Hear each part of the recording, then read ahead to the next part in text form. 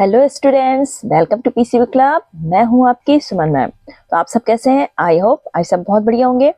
तो देखो, मैथ्स में जो आपकी थ्योरम होती है वो काफ़ी इंपॉर्टेंट है, और अगर आपने एक थ्योरम बिल्कुल सही कर दी तो आपको 4 to 5 मार्क्स इजीली मिल जाते हैं, और इसमें मार्क्स कटने का भी कोई चांस नहीं होता। तो इस वीडियो में आपको जो मोस्ट इम्पॉर्टेंट थ्योरम है आपके मैथ्स बुक से वो आज कराई जाएंगी। बस आपको इतनी ही थ्योरम अच्छे से समझ लेनी है, और समझिए आपके 4 to 5 मार्क्स पक्के। ठीक है, तो यहाँ पर हम जो मोस्ट इम्पॉर्टेंट आपकी 5 थ्योरम है। देखो, मेनली आपका जो ट्रायंगल और सर्किल दो ही टॉपिक ऐसे हैं जिससे हमारी थ्योरम आती है, और उसमें भी हमने सिर्फ 5 थ्योरम बताई। और ये थ्योरम भी उन पेपर से सेलेक्ट की गई हैं जो आपके लास्ट 10 ईयर्स के पेपर्स हैं।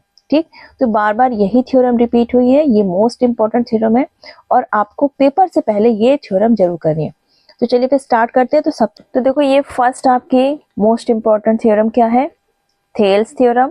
इसका दूसरा नाम क्या है? Basic proportionality theorem. अब आपको थेल्स थ्योरम या बेसिक प्रोपोर्शनैलिटी थ्योरम ऐसे नेम देकर भी पूछा जा सकता है कि इस थ्योरम को प्रूव करिए, या फिर आपको ऐसे थ्योरम की थ्योरी लिख के दे दी जाएगी और आपको प्रूव करना होगा, और आपको थ्योरी से समझ जाना है कि आपकी ये थेल्स थ्योरम है। तो यहाँ पे देखो, थ्योरम में क्या दिया होगा? If a line is drawn parallel to one side of triangle to intersect the other two sides in distinct point, then the other two sides are divided in the same ratio. तो इसमें पहला line क्या बोला गया है कि if a line is drawn parallel to one side of triangle.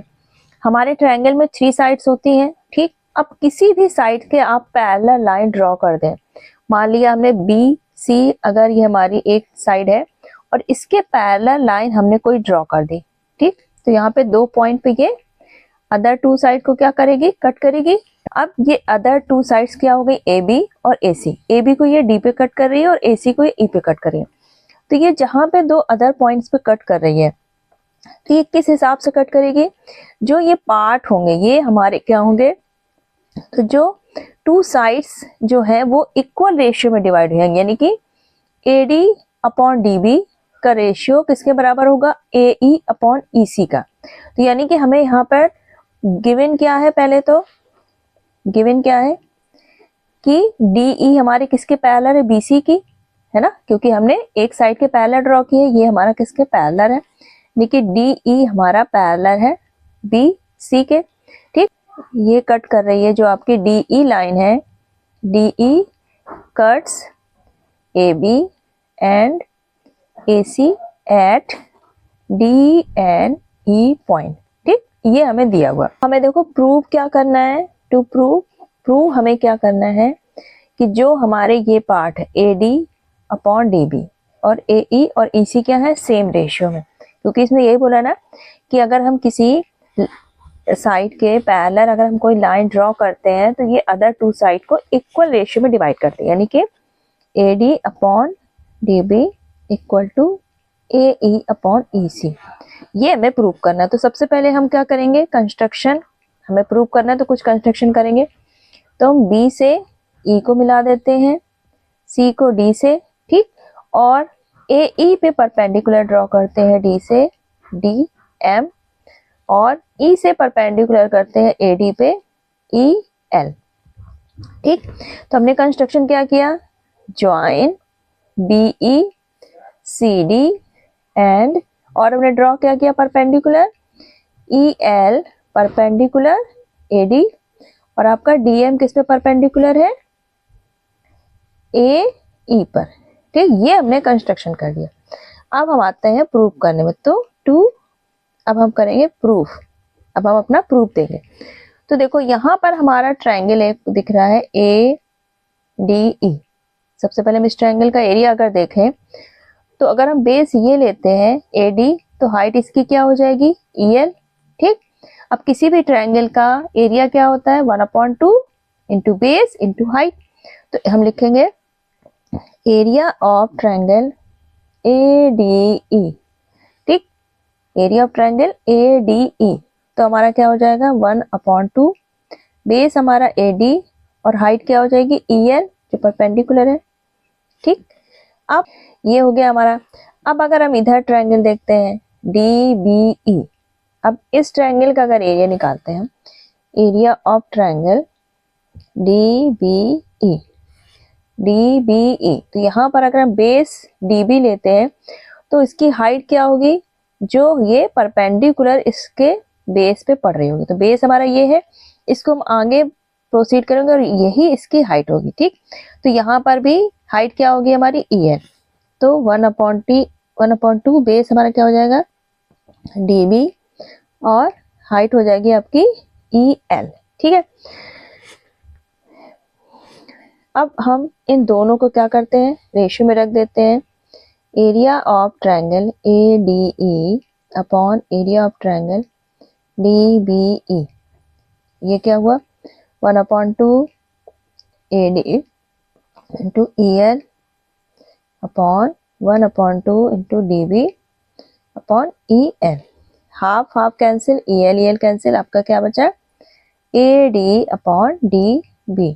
ये हो गया आपका इक्वेशन फर्स्ट। ठीक, अब अगर हम इसी ट्रायंगल का ADE का एरिया निकालते हैं और बेस हम इस बार AE ले लेते हैं, तो जब हम बेस AE लेंगे तो यहाँ पर इसका परपेंडिकुलर हाइट क्या लेंगे हम लोग, DM लेंगे।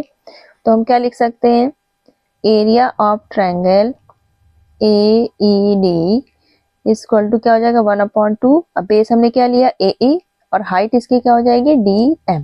ठीक, अगर हम ये वाला ट्रायंगल देखें ECD, इस ट्रायंगल का एरिया ऑफ ट्रायंगल ECD, तो यहाँ पर देखो बेस हम EC ले रहे हैं और हाइट हमारी क्या हो जाएगी, जो इस बेस पे परपेंडिकुलर पड़ रहा होगा। ठीक, तो इस बेस को अगर हम आगे करेंगे तो ये हाइट ही इस ट्रायंगल की क्या होगी, हाइट के बराबर। तो हो जाएगा 1/2 बेस हमारा EC और DM हमारा इसका क्या हो जाएगा हाइट। अब इन दोनों को अगर हम लोग रेशियो में रख दें, area of AED upon area of triangle ECD, तो क्या हो जाएगा 1/2 AE into DM to EC upon DM। अब यहाँ पे सिर्फ क्या बचा, ये DM से DM cancel, half half AE upon EC, ये बचा सेकेंड। अब देखो यहाँ पर जो हमारे ट्रायंगल है ADE, ठीक, या फिर AED, अब एक ही ट्रायंगल को हम या तो इधर से काउंट करें या फिर इधर से काउंट करें, एरिया तो सेम ही होगा। तो हमारा ट्रायंगल का जो एरिया होगा ADE किसके बराबर होगा, एरिया ऑफ ट्रायंगल AEC बराबर होगा, भाई सेम ही ट्रायंगल है। और आपका जो ट्रायंगल है DBE, area of triangle DBE और एरिया ऑफ ट्रायंगल ECD, इनका भी इक्वल होगा। क्यों इक्वल, ये दोनों लाइन हमारी क्या है, पैरेलल है और दोनों ही सेम पैरेलल लाइन के बीच बने और दोनों का बेस क्या है, सेम, यानी कि DE आपका इस ट्रायंगल का भी बेस था DBE का, और ECD में दोनों का ही मतलब सेम बेस पे दोनों ट्रायंगल बने और दोनों पैरेलल लाइन के बीच, तो इन दोनों ट्रायंगल का एरिया भी क्या होगा, सेम होगा। आपका ये थर्ड और ये हो गया फोर्थ। ठीक, अब 4 इक्वेशन है। अब चारों इक्वेशन को अगर हम देखें तो हमारा क्या प्रूफ होता है, तो हम लिख देंगे from equation first, second and third and fourth. तो हमारा क्या प्रूफ हो गया, AD upon DB equal to AE upon EC, यही हमें प्रूव करना। तो हम लोग क्या लिख देंगे आपका लास्ट में, हैंस प्रूव्ड। ये बहुत, this is the most important theorem. आपकी जो इंपॉर्टेंट थ्योरम है उसमें भी ये मोस्ट इंपॉर्टेंट है, तो इस थ्योरम को आप लोग छोड़ के मत जाइएगा, बिल्कुल अच्छे से करके जाइएगा। सेकेंड मोस्ट इंपॉर्टेंट थ्योरम है आपकी, if a perpendicular is drawn from the vertex of the right angle of a right triangle to the hypotenuse, then the triangle on both sides of the perpendicular are similar to the whole triangle and also to each other। ये मान लिया हमारा कोई right angle triangle है। ठीक, ए right angle triangle है, ए पर ये हमारा क्या है 90 डिग्री। अब इसमें कहा है कि जो हमारा हाइपोटेन्यूज है, 90 डिग्री के सामने वाली साइड क्या होगी, हाइपोटेन्यूज। तो इसके जो अपोजिट एंगल है 90 डिग्री वाला, राइट एंगल से हाइपोटेन्यूज पे हम अगर परपेंडिकुलर ड्रॉ करते हैं, ठीक, तो ये जो दोनों ट्रायंगल बने हैं, तो ये दोनों ही ट्रायंगल क्या होंगे, इस बड़े ट्रायंगल से क्या होंगे, सिमिलर होंगे और आपस में भी सिमिलर होंगे। यानी कि छोटे छोटे जो ट्रायंगल दिख रहे हैं ये आपस में भी सिमिलर होंगे और इस बड़े से भी सिमिलर होंगे। यानी कि ए सी, मान लो ये यहाँ पर डी पॉइंट पे कट कर रहा है, तो ए सी डी और ए बी डी ये दोनों बराबर होंगे और ए सी डी ए बी सी के बराबर होगा, बी डी ए भी ए बी सी के बराबर होगा। ठीक, ट्रायंगल में हमें गिवन क्या है, आपका ए बी सी एक ट्रायंगल है जिसमें कि एंगल ए हमारा 90 डिग्री है and A D is perpendicular to B C. ठीक, ये हमें दिया हुआ, हमको प्रूव क्या करना है, D B A, triangle D B A similar to A B C और triangle D A C similar to A B C. ठीक है, और आपका D B A similar to D A C. ठीक, ये हमें प्रूव करना है। तो प्रूफ में हम लोग सबसे पहले वाला प्रूफ देखते हैं। सबसे पहला हमारा क्या है, डी बी ए और ए बी सी। तो हम लेते हैं in triangle D B A and triangle A B C. ठीक, यानी कि हमने डी बी ए और ये बड़ा वाला ट्रायंगल ले लिया ए बी सी। अब देखो यहाँ पर इस ट्रायंगल में हमारा डी एंगल क्या है, 90 है। तो यहाँ पे हम लोग क्या लिख सकते हैं, बी डी ए लिख सकते हैं। Angle B D A equal to, अब बड़े ट्रायंगल में हमारा ए वाला 90 था तो हम लोग लिखेंगे बी ए सी। अब दोनों ही एंगल क्या है हमारे 90 डिग्री के बराबर। ठीक है, और आपका जो ये बी वाला एंगल है वो दोनों में कॉमन है, इस बड़े ट्रायंगल में भी ए बी सी में भी बी एंगल आ रहा है और आपका जो डी बी ए है इसमें भी एंगल आ रहा है। तो हमारा angle D B A equal to angle A B C, दोनों ही ट्रायंगल में क्या है, कॉमन। तो यहाँ पे लिख देंगे हम लोग कॉमन। तो आपके दो एंगल क्या हो गए, सिमिलर हो गए। तो हम लिख देंगे दोनों ही ट्रायंगल हमारे डबल ए एंगल सिमिलरिटी से क्या होगा, इक्वल। तो हम लोग लिखेंगे so triangle D B A similar triangle A B C by angle similarities हो गया। अब आते हैं हम लोग नेक्स्ट वाला, सेकंड वाले में क्या पूछा गया है, D A C similar A B C. तो हम लिखेंगे in triangle D A C and triangle A B C. अब यहाँ पर देखो वाला एंगल और ये ए वाला एंगल दोनों 90 के होंगे। तो हम लोग क्या लिख देंगे, बड़े वाले ट्रायंगल का ये कैसे लिखे हम लोग, सी ए बी बड़े ट्रायंगल का और छोटे ट्रायंगल का सी डी ए। ठीक है, ये दोनों ही इक्वल किसके हैं, 90 डिग्री के। अब देखो सी वाला एंगल हमारे बड़े ट्रायंगल में भी आ रहा है ए सी बी। ठीक है, और छोटे ट्रायंगल में भी आएगा डी सी ए। ठीक, तो हमारा एंगल सी क्या है, दोनों में कॉमन। तो छोटे ट्रायंगल में हम लोग सी को कैसे लिखेंगे, angle D C A equal to angle A C B. ये क्या है, कॉमन, दोनों में ही हमारा क्या है, कॉमन।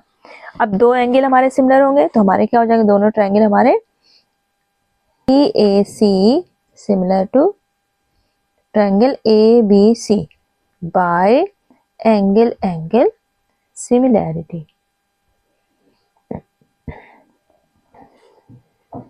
देखो थर्ड वाला में क्या प्रूव करना है, डी बी ए। तो आप ट्रायंगल ले लेते हैं D B A and triangle D A C. ठीक, D B A and triangle D A C, ये प्रूव करना है। तो देखो यहाँ पर जो हमारा ये है, ये वाला एंगल इधर और ये वाला एंगल दोनों क्या है, 90।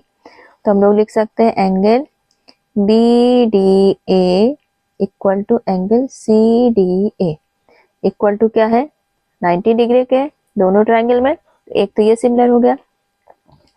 अब देखो ये अगर 90 है, ठीक, तो बाकी के जो दो एंगल बचे होंगे इनका टोटल क्या होगा, 90 के बराबर। क्योंकि किसी भी ट्रायंगल के तीनों एंगल का टोटल कितना होता है, 180। तो आपका D 90 हो गया, तो एंगल A और एंगल C किसके बराबर होगा? 90 के बराबर। तो हम लोग क्या लिख सकते हैं? Angle DAC plus angle DCA equal to 90।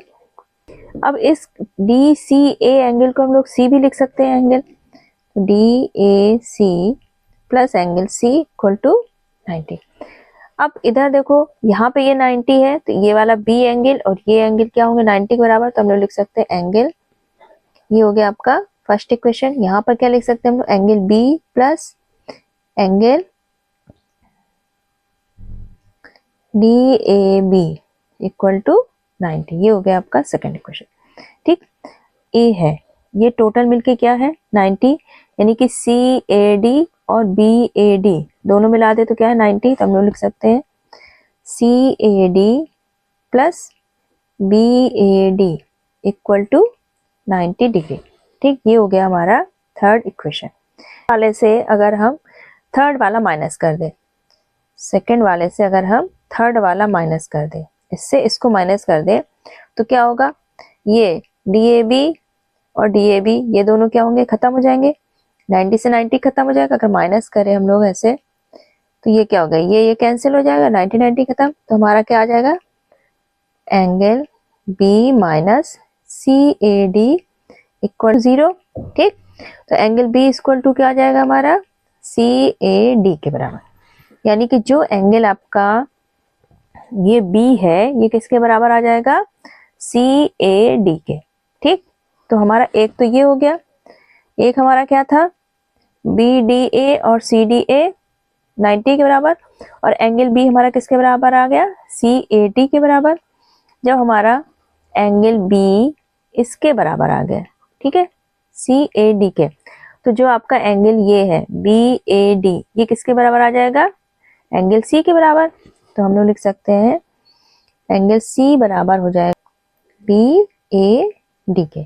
ठीक, अब दोनों ही ट्रायंगल हमारे एंगल एंगल एंगल सिमिलरिटी से क्या हो जाएंगे? बराबर। तो हम लोग लिख देंगे so triangle DBA similar triangle DAC by angle angle angle similarity. ये हो गया आपका प्रूफ। थर्ड मोस्ट इंपॉर्टेंट आपकी थ्योरम है, the length of tangents drawn from an external point to a circle are equal. कोई एक्सटर्नल पॉइंट है, अगर उससे हम टेंजेंट ड्रॉ करते हैं तो वो क्या होते हैं? लेंथ में इक्वल होंगे।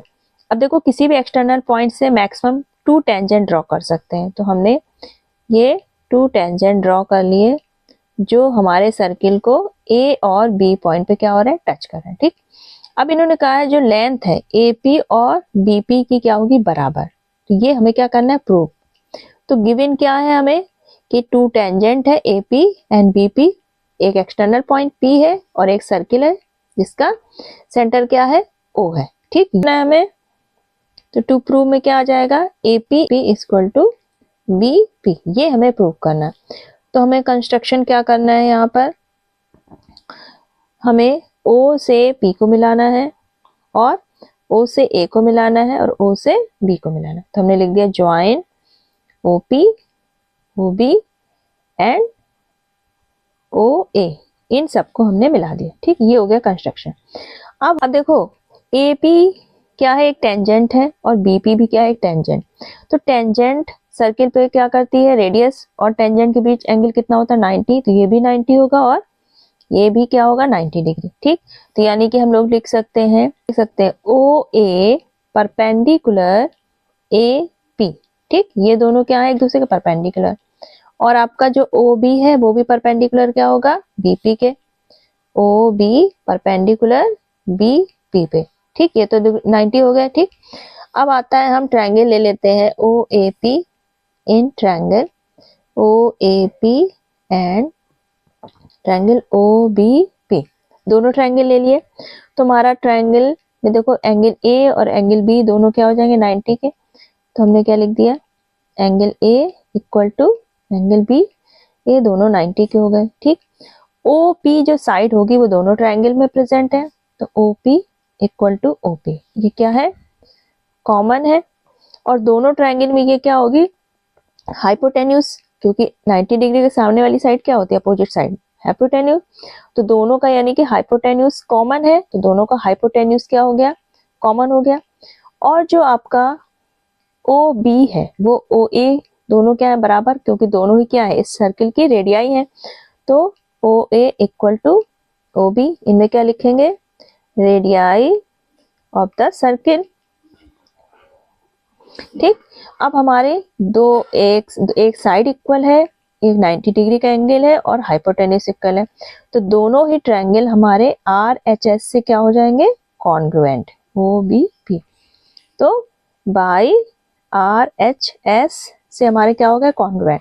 अब जब दोनों ही ट्रायंगल हमारे कॉन्ग्रुएंट हो गए तो ए पी इक्वल टू हमारा बी पी किस बेस पे आ जाएगा, हमारा सी पी सी टी से, हैंस प्रूव्ड। तो ये हो गई आपकी थर्ड थ्योरम। नेक्स्ट आती है आपकी फोर्थ थ्योरम।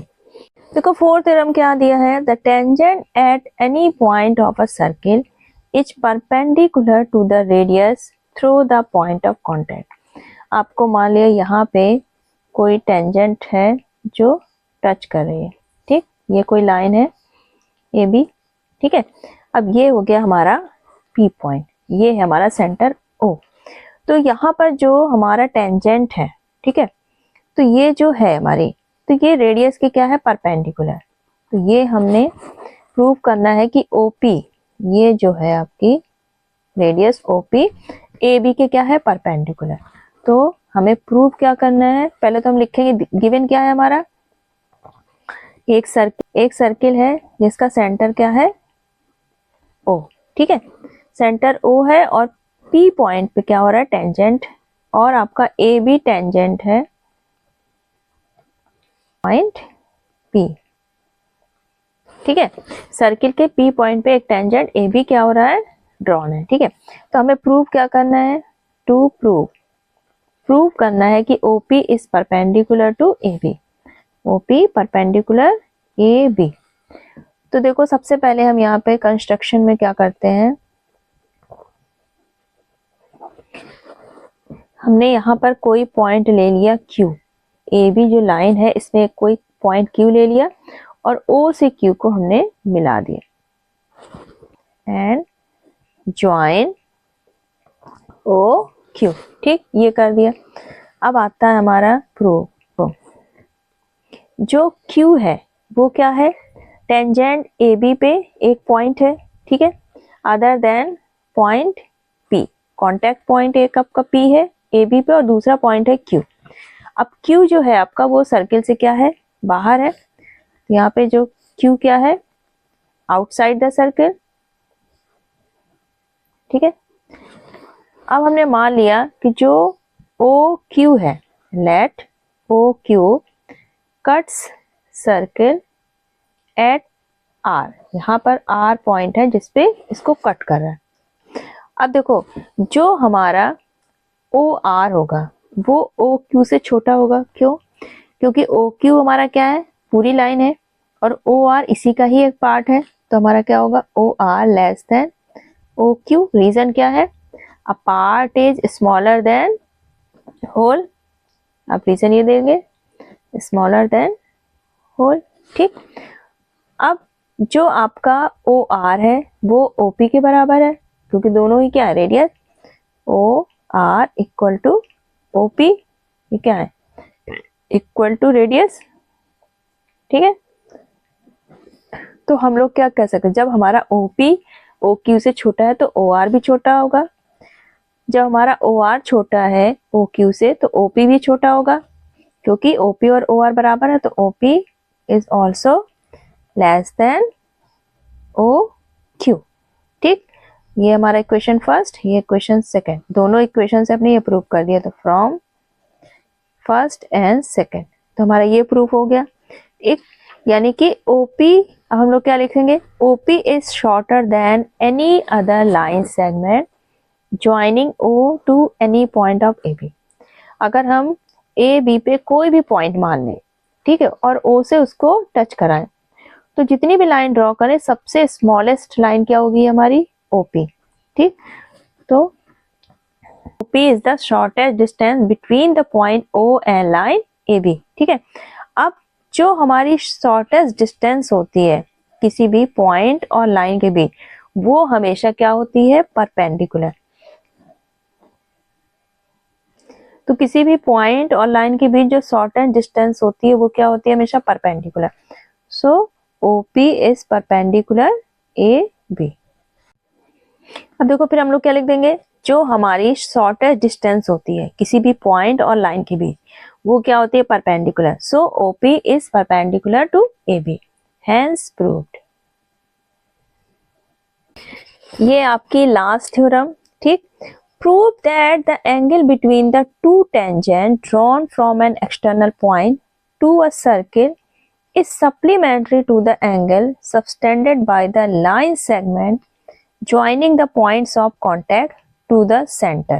जैसे मान लो आपको ये सेंटर दिया है, जैसे आपका मान लिया ये हो गया सर्किल, ये हो गया सेंटर, कोई पॉइंट है आपका, ठीक है, यहाँ पर P पॉइंट। ठीक, अब यहाँ से जो टेंजेंट हमारे ड्रॉन है, ठीक है, आपके ये टेंजेंट ड्रॉन है A और B पॉइंट पे। ठीक, तो दोनों टेंजेंट के बीच का एंगल, ये वाला एंगल, और जो हमारा ये टेंजेंट जो कांटेक्ट बन रहा है सर्किल से, ये इन दोनों को मिलाने वाली लाइन, यहाँ पे टच हो रहा है, यहाँ पे टच हो रहा है, तो इन दोनों को जो मिलाने वाली लाइन है, इसके बीच जो एंगल बनता है, ये दोनों क्या होते हैं, एक दूसरे के सप्लीमेंट्री, यानी कि इन दोनों का टोटल कितना आएगा, 180। तो यानी कि हमें प्रूव क्या करना है, यहाँ पर angle APB, angle APB plus angle AOB, angle AOB equal to 180, ये हमें प्रूव करना है।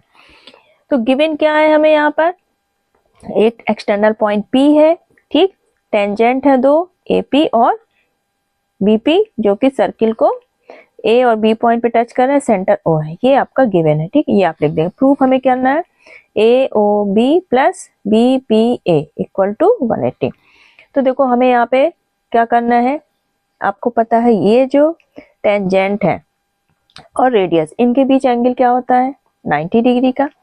ये हमेशा क्या होता है, जो O जो आपका AP होगा वो OA के क्या होगा, परपेंडिकुलर, AP परपेंडिकुलर OA, और जो आपका BP है ये भी OB के क्या होगा, perpendicular, BP also perpendicular OB के।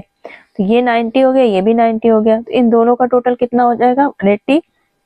लिख सकते हैं OAP plus angle OBP equal to 180। ठीक, क्योंकि 90 कितना हो जाएगा, 180। अब देखो यहाँ पे ये एक तरह से क्या बन रहा है, क्वाड्रिलैटरल, 4 साइड्स का। अब किसी भी क्वाड्रिलैटरल के चारों एंगल का टोटल कितना होता है, 360।